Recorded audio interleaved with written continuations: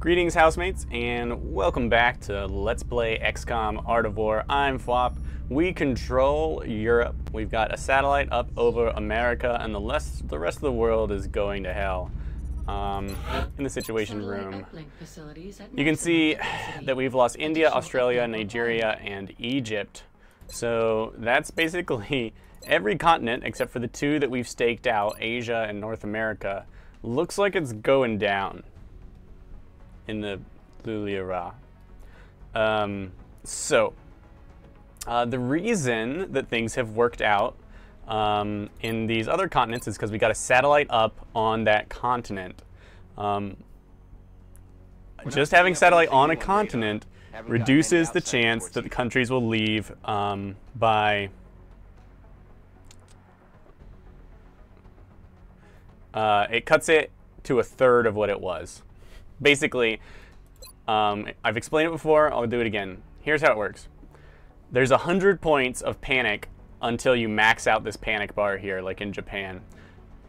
So there's 5 of these. That means each of these is worth 20 points total. So Japan has just over 40 panic points.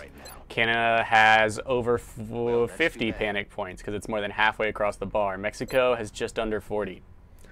At 30 is when a country has a chance to leave. And you get the message that's like, OMG, Mexico is freaking out, and it'll show you that it's got a bar and a half. And you'll be like, why is it freaking out? That means it can possibly leave at the end of the month. What's the chance it'll leave? It's 1% per point. So Japan has a 43% chance to leave at the end of the month. You can only lose 2 countries per month. Max, but that doesn't take long before it starts to look pretty bad, right? Now, launch a satellite over the continent. Let's take Canada here. Canada seems to have, say, 51 points. With the satellite on North America, Canada and the United States have a lower chance to leave. So it's not 51% chance for Canada to leave. It's actually a third of that, which would be 17 points.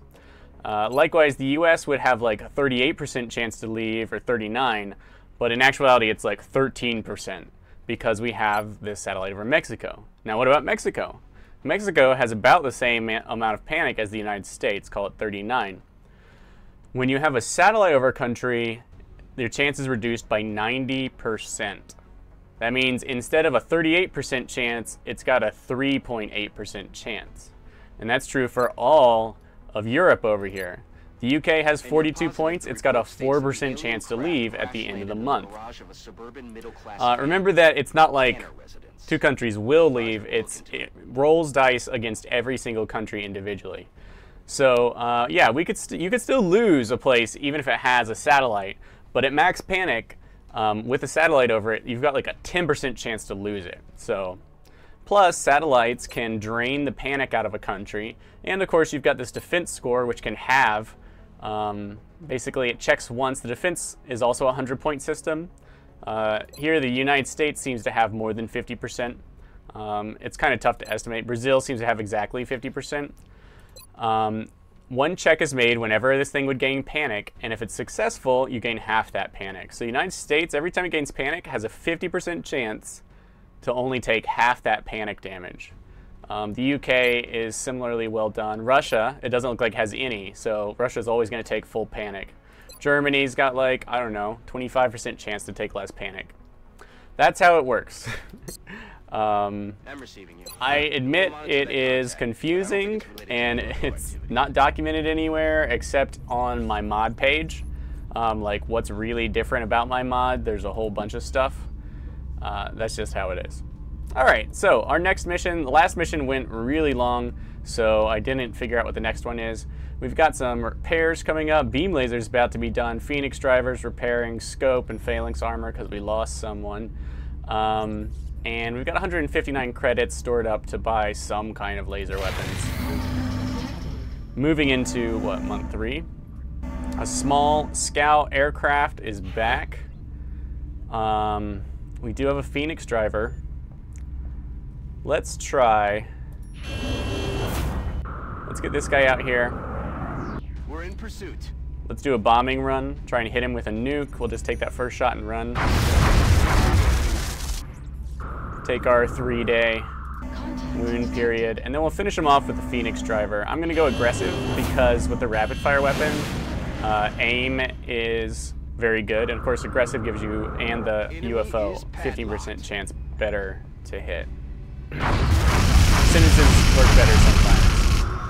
There, with just minor damage, he takes it out and he finishes it off in short order. Okay, research, we don't know how long that's going to take. 18 days, yeah, nothing else is finishing up anytime soon. And our barracks is looking mighty fine. There's a couple 6 days. I'm tempted to send this Vandal out. He's got a boatload of health and 6 days. You know, like if I send him out on the mission, if I fatigue him to go on a mission, he'll only be like, he'll be back in service 3 days later than normal, which is less than the actual fatigue of waiting 6 days and sending him out, right? So it's often worth it if your barracks is healthy enough to exhaust people, especially those with high health, because every time you exhaust them, it is a 2-point wound.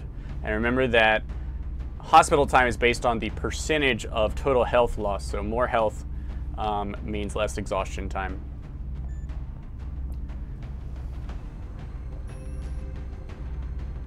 Everyone's got lots of health. Okay, well, I did increase health of my mod, but let me know if that seems weird, if everyone seems weirdly healthy to you compared to my mod normally. I don't know. All right, so this is a downed UFO. Great time to send in an assault.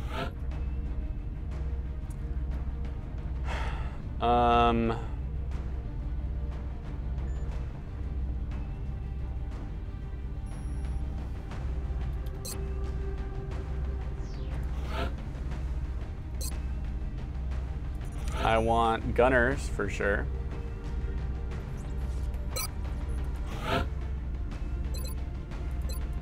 Okay, this is my good for everything gunner. I want the Predator cannon. Really want a scope. Extended magazine. Let's trade that for more accuracy.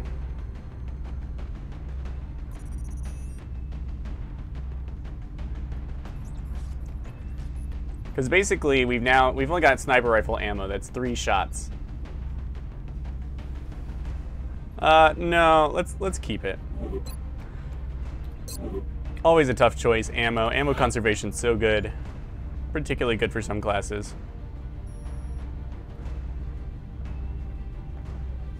Okay, it's a small scout.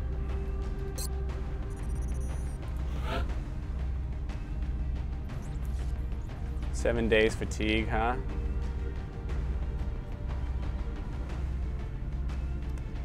Yeah, I could actually send out most of this crew here and not be too sad about it.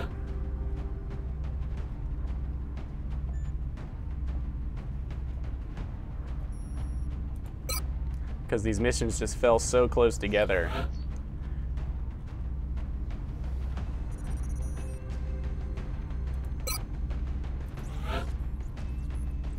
Okay, this is kind of a gambit. It's kind of power leveling these characters, but we're just going to send out most of the crew we just sent out because they've still got so much fatigue.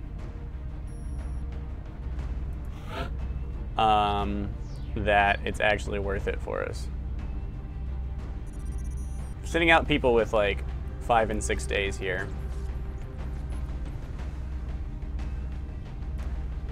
People who have at least 7 health, preferably.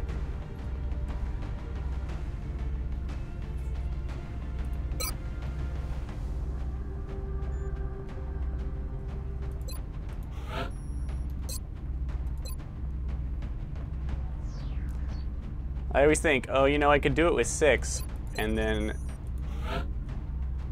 let's definitely take the Shiv. I can also build some cool equipment for the Shiv, but I'm saving up for laser weapons.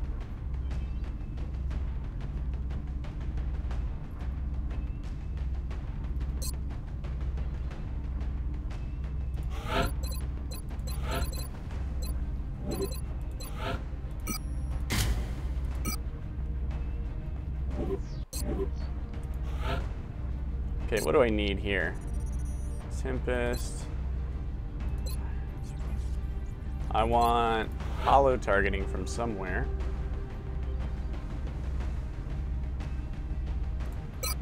And a scout with hollow targeting is great.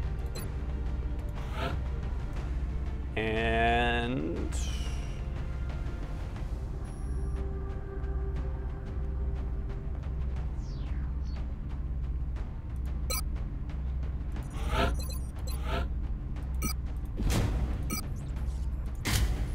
a very fast assault seems like a good idea.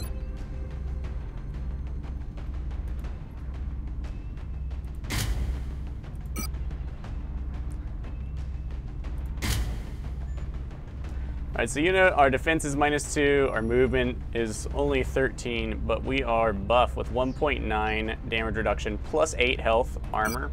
So the Alloy Matrix Plate is an armor mod that gives you hardened, which means I could actually take like attack vest and still be hardened here.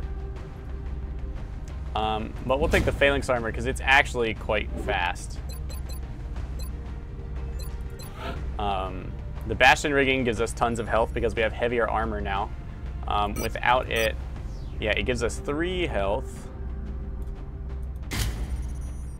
And then we have these shotguns. But 1.9 natural damage reduction plus will to survive means our damage reduction will approach like 6 while we're in cover. Damage reduction is real.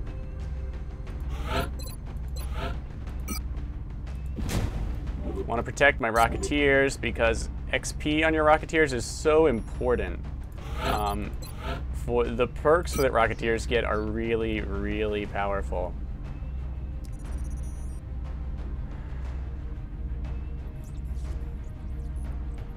I'm gonna go with smoke grenades here.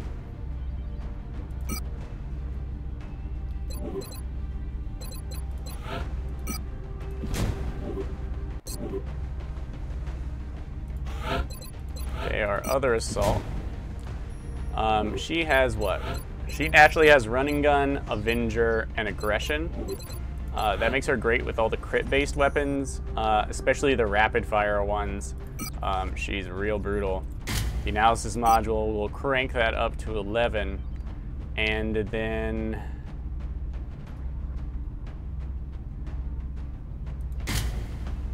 the Bastion rigging will ensure that she survives.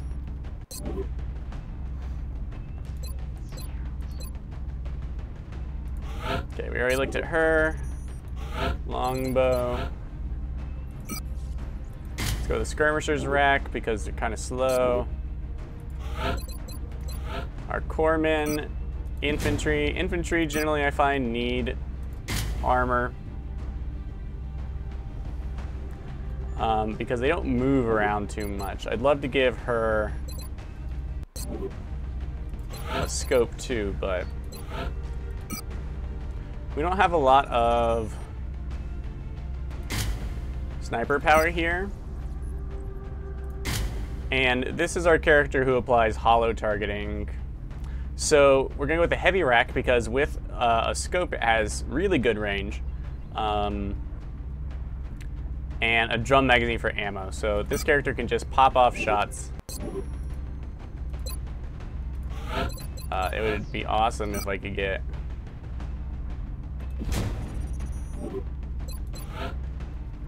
yeah, okay, we're just gonna stick to the light vest. And then lastly, the Shiv brings us a motion tracker and a scope. Scope is one of the best ways to keep the Shiv from taking damage, because there are a lot of enemies out there who can totally wreck your Shiv. Alright, and this is the crew we're taking for a small UFO assault. We've got smoke, we've got med kits. You know what, you don't need a med kit if we've got a surgeon on board. That's great, we can pick up a scope, right? I'm not out of scopes. I'm totally out of scopes.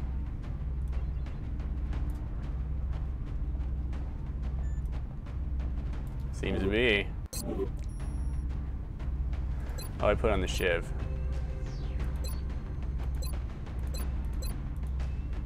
Oh, one of them's being repaired.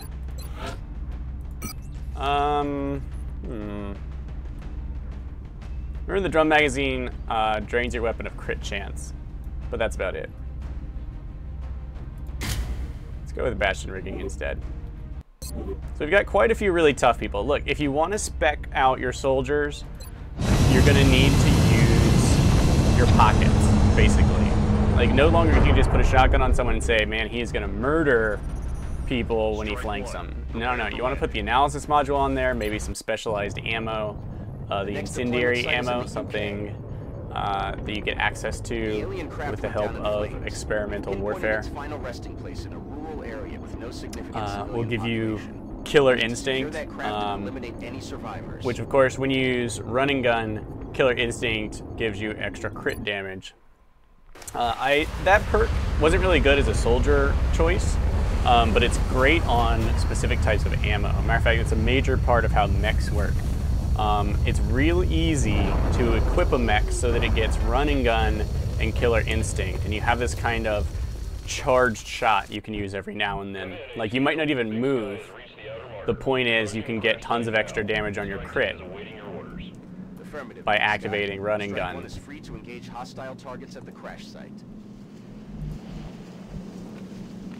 All right.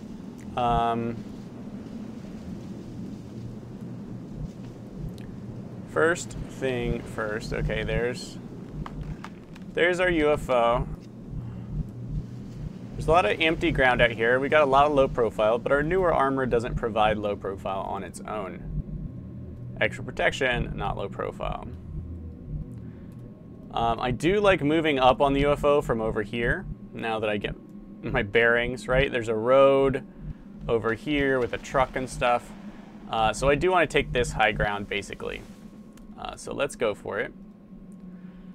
I like to leave my heavy weapons, like my rockets and my Predator cannon, and lead with people who have Run and Gun when I don't know there are enemies out there.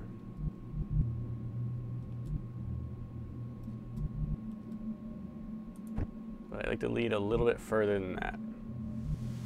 All right, let's get our corpsmen into cover. That's not a bad move, even if we immediately have to fight. Moving. Branch out of here. Remember, this is a small UFO, so there can't be that many pods, but there's no guarantee that the pods aren't really nastily, deadly strong. Leave the commander. If I'd put the shiv up on a corner, I might have popped motion tracker, but since it's so far back, I feel like it's a waste to pop it now. But that's one of those better safe than sorry things that can bite you in the butt later. All right, everyone's got their reasons for not moving now. I'm on the move. There is a chance of being flanked from the side, although it's pretty slight. We have decent cover back here to pull back if we need to. Rolling. Since we're not moving too far forward, let's go ahead and steady weapon on our Rocketeers.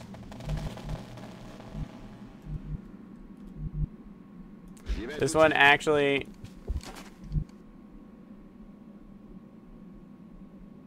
Oh, he's got javelin rockets. Check this out. This is after moving with snapshot.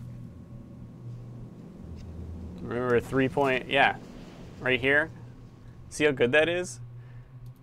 Imagine what he can do on his own turn. So we're gonna steady weapon, because he's got like this whole area covered with rocket fire from where he's at. He's like a rocket sniper now that he has javelin rockets.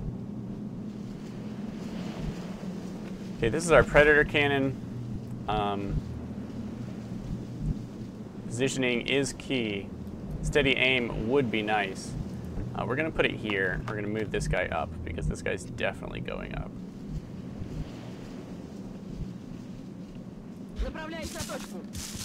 We're gonna blue move everyone so that we can still react if something really bad happens, but at this point I think we're pretty good. We'll go.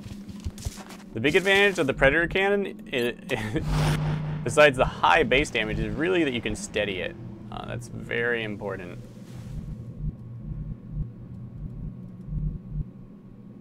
Time to motor.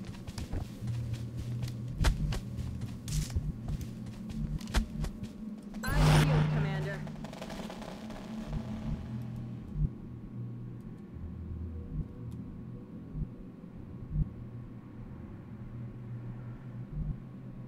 Roger that. We should be good to move up here. Remember, this log is heavy cover.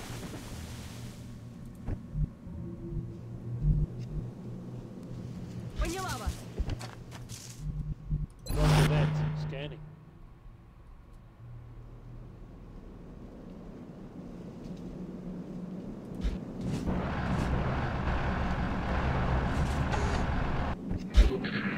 Alright. Since we didn't use any information charges, like battle scanners or motion sensor, we played it really safe this turn and just positioned ourselves. Now, I need to know. If I move up here, I'm liable to get more vision, but also maybe trigger a pod. And our long distance weaponry really isn't set up to fight on the other side of this cliff. If I move down here, we kind of restrict our vision a bit more. Okay, I'll show you. So no, we're not seeing anything right now.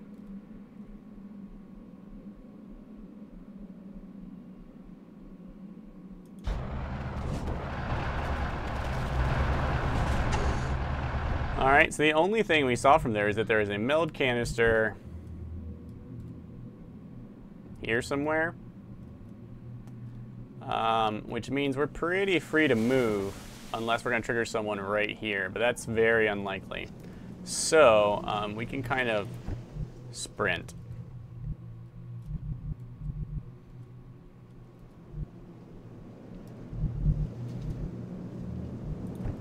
And so now that I know it, now that I know,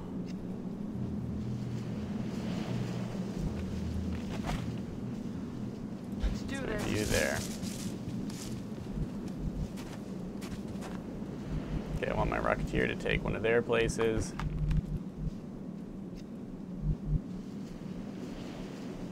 Good copy. I want my Vandal to get up there. I feel like there's a teeny weeny chance we could trigger a pod with this move, but that position is worth it.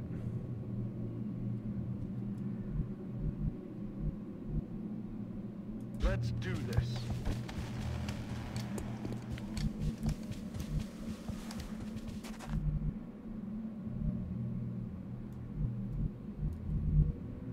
Remember, some pods can move a huge distance and then trigger on you, and then shoot you instead of moving to cover like floaters.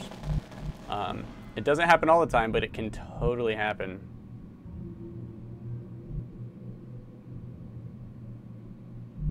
Stepping off.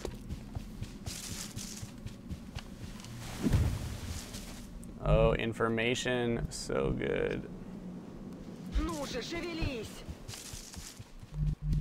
I would never make this kind of move On the move. without the information I have.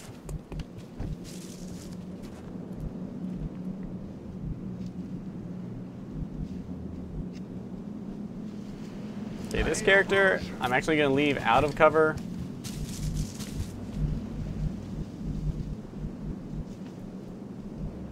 Copy that. Because I want to be able to shoot the rocket down here if anything pops up. And they've got such range that they might actually be able to do it without being exposed to return fire. Кажется, мы здесь не одни. Alright, looks like the closest aliens are over there. We may try and snipe the outsider. That will cause all the enemy maps to come converge on us, but that might mean we can just kill him faster and get this meld. Okay, so that was real fruitful.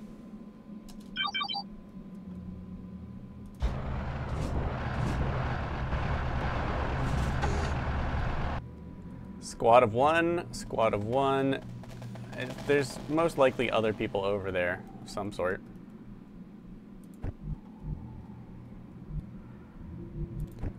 Let's see. So this guy must be, he's probably right about here. There's the meld. The other guy's right here. So we'll expect contact with this one, and we can probably just send a 2-man team of these guys over to deal with the outsider, although if it's crit resistant, they might be in serious trouble.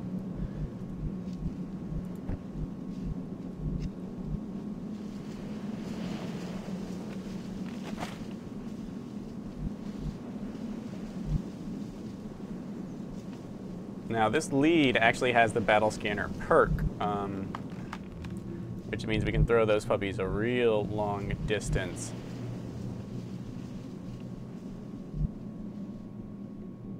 Rolling.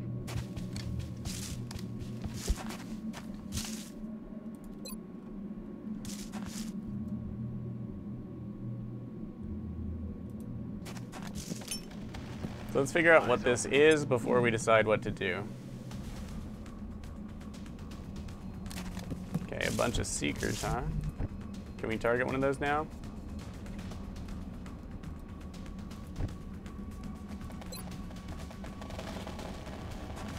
Oh, javelin rockets.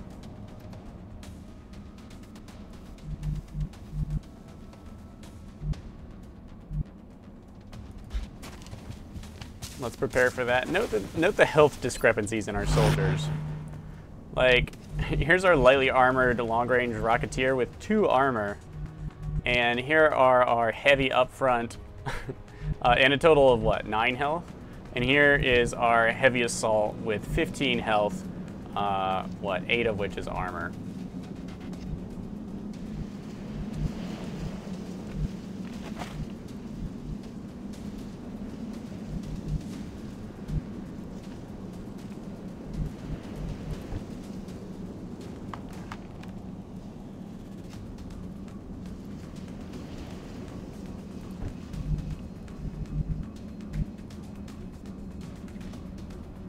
Roger, Dodger. Okay.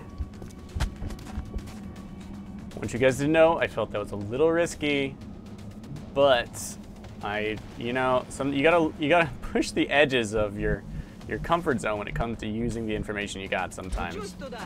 So we're moving these guys, our assaults, into position to take out the outsider. I do want to wrap this up. Move.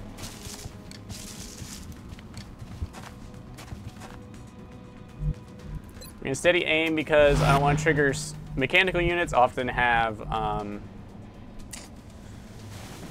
automated armor or whatever, the gains 2 damage reduction after they've been hit for a couple turns. And I really want Headed there now.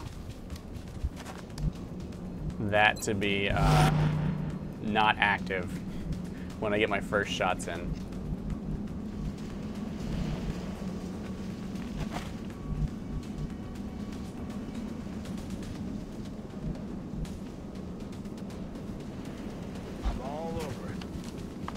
I'm gonna move up here so I can get a grenade in if I need to on the outsider.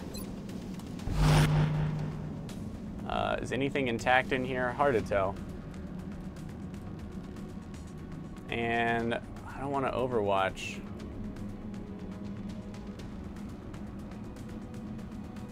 Let's move up here and see if there's anything more we can learn. I'll show you. There was not particularly anything out there. I forget what the little green marker is. All right. And then our gunner. Roger, Will Dodger. position here.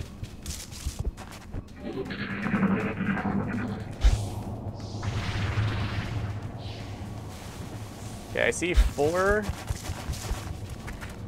pot of sectoids. No biggie, they're all moving away.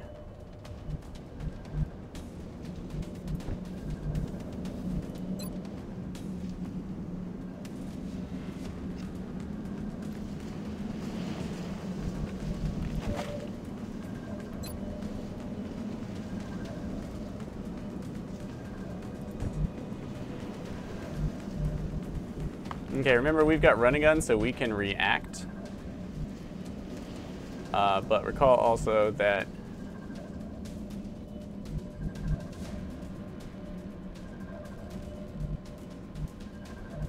we don't know exactly what that thing will do.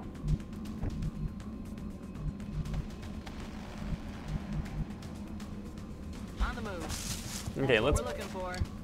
position back here. So there might be one more pod, maybe.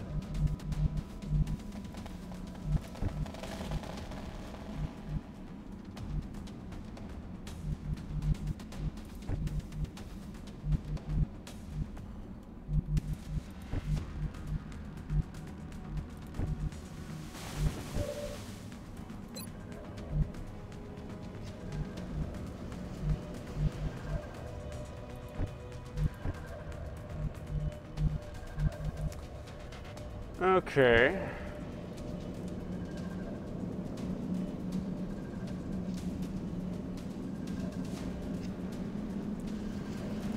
Let's lead with this.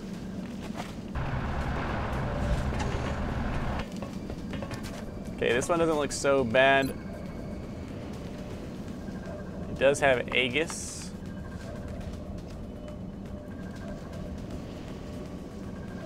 Vigilant.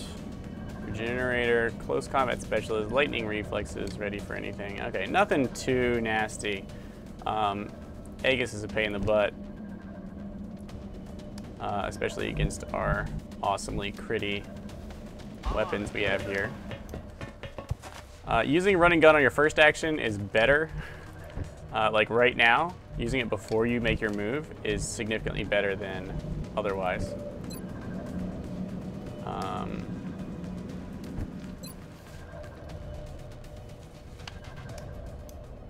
Is Aegis working against both, or is he like...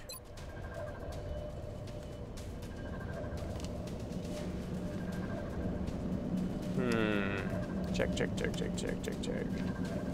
I guess harden plus cover might be enough to do it.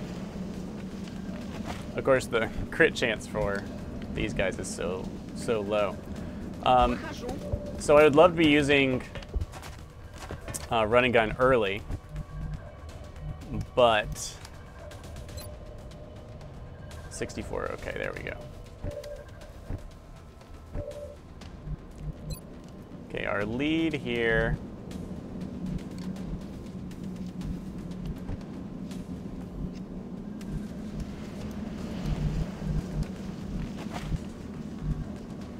On my way. Okay, let's just get a grenade on this guy. I don't want to hurt that system. You know, we can finish him off with a grenade. Let's see if our scout, our lead scout, can put the hollow where it belongs. Good to go. And we brought a scope for just this reason. And we could even flush, which I believe will put hollow targeting on. I don't know. Let's give it a shot, because I feel like we do have this under wraps fairly well. Flushing. So flush does put hollow targeting on. I forgot it had lightning reflexes. So of course we miss. Oh, but it is well worth it. So we're not even going to use run and gun. It's hollow targeted, exposed. Remember, it's immune to crits from somebody. Oh, come on, that was an 84.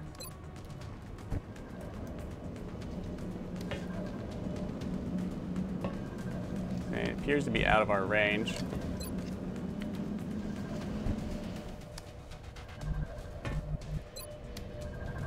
And it's immune to crits from us, which sucks.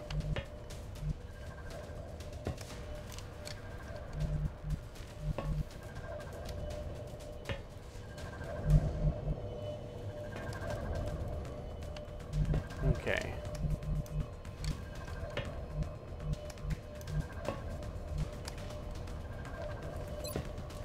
Here's what I think we can do. I think if I move here, Aegis might switch over to this guy. 100% chance, two 70% chances to hit. Damn it, guys. Well, that is bad news bears.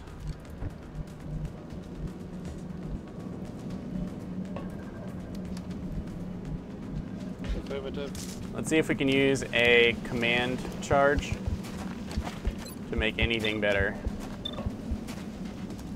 Okay, we're gonna command our scout. Take a full-on pot shot, 4% chance to crit, but if we put some damage on it, it's not gonna be happy during its turn, and that's what I really need.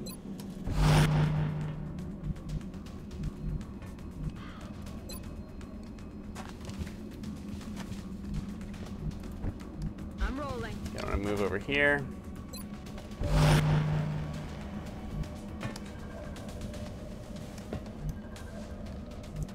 This guy.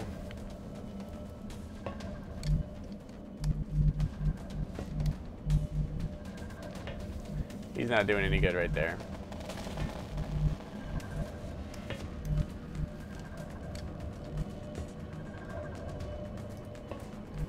Affirmative. Gonna move here.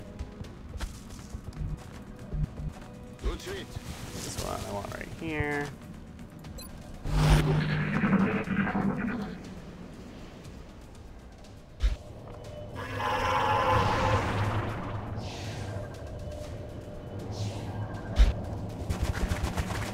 Can't tell if that's 2 pods or just 1. This battle scanner is really paying off.